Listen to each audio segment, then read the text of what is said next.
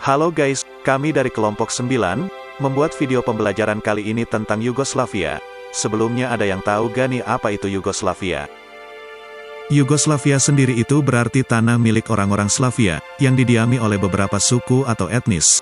Suku-suku ini memiliki kerajaan masing-masing loh, dan sebelumnya telah dijajah oleh kerajaan Ottoman, Turki, Austria-Hungaria, dan Rusia.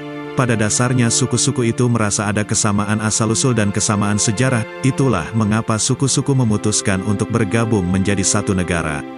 Kapan sih berdirinya Yugoslavia? Yugoslavia itu pertama kali berdiri pada tahun 1918 sebagai negara kerajaan dengan nama awal Kerajaan Serbia, Kroasia dan Slovenia. Nah, pada saat Perang Dunia II meletus, negara ini berdiri sebagai hasil deklarasi Korfu pada tanggal 20 Juli tahun 1917. Dan Yugoslavia sempat dijajah oleh negara anggota blok poros sebelum akhirnya merdeka pada tahun 1945 sebagai negara Republik Komunis dengan Josip Broz Tito sebagai pemimpinnya. Yugoslavia juga terdiri dari 6 negara federasi. Negara federasi Yugoslavia itu ada Bosnia dan Herzegovina, Kroasia, Makedonia, Slovenia, Serbia, Vojvodina dan Kosovo. Dan itu semua negara federasi dari Yugoslavia.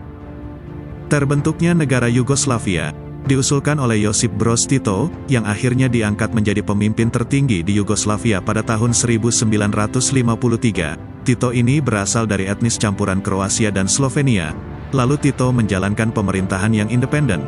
Dia juga terlibat aktif dalam gerakan non-blok yang didirikan di ibu kota Yugoslavia, dan gerakan non-blok menjadi penting karena dapat menggabungkan negara-negara yang memiliki etnis yang berbeda.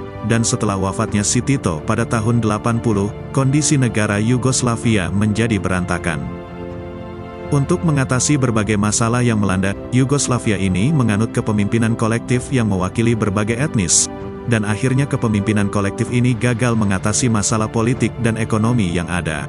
Yugoslavia menjadi berantakan walaupun telah mengganti kepemimpinan kolektif dan di tengah situasi yang tidak menentu. Dan pada akhirnya muncul seorang tokoh baru yang bercita-cita menggantikan figur Tito, yaitu Slobodan Milošević, pada 1987. Pada tahun 87 juga, Milošević memimpin Partai Komunis Serbia dan berkeinginan membentuk Serbia Raya, menggantikan Republik Federasi Yugoslavia. Dan menurut Milošević, Serbia merupakan wilayah yang kaya akan sumber daya alam namun hanya dijadikan sapi perah untuk bangsa Kroasia, Slovenia, dan Kosovo. Selain hutang yang menumpuk, Yugoslavia terpecah juga oleh 4 hal ini. Yang pertama campur tangan negara lain, yang kedua munculnya gerakan separatis, yang ketiga tidak mampu menghadapi perubahan yang cepat, dan yang terakhir penentangan Serbia terhadap bangsa lain. Dari keempat hal itu membuat Yugoslavia terpecah dan pembubaran Yugoslavia disebabkan oleh serentetan gejolak dan konflik politik pada awal tahun 1990-an.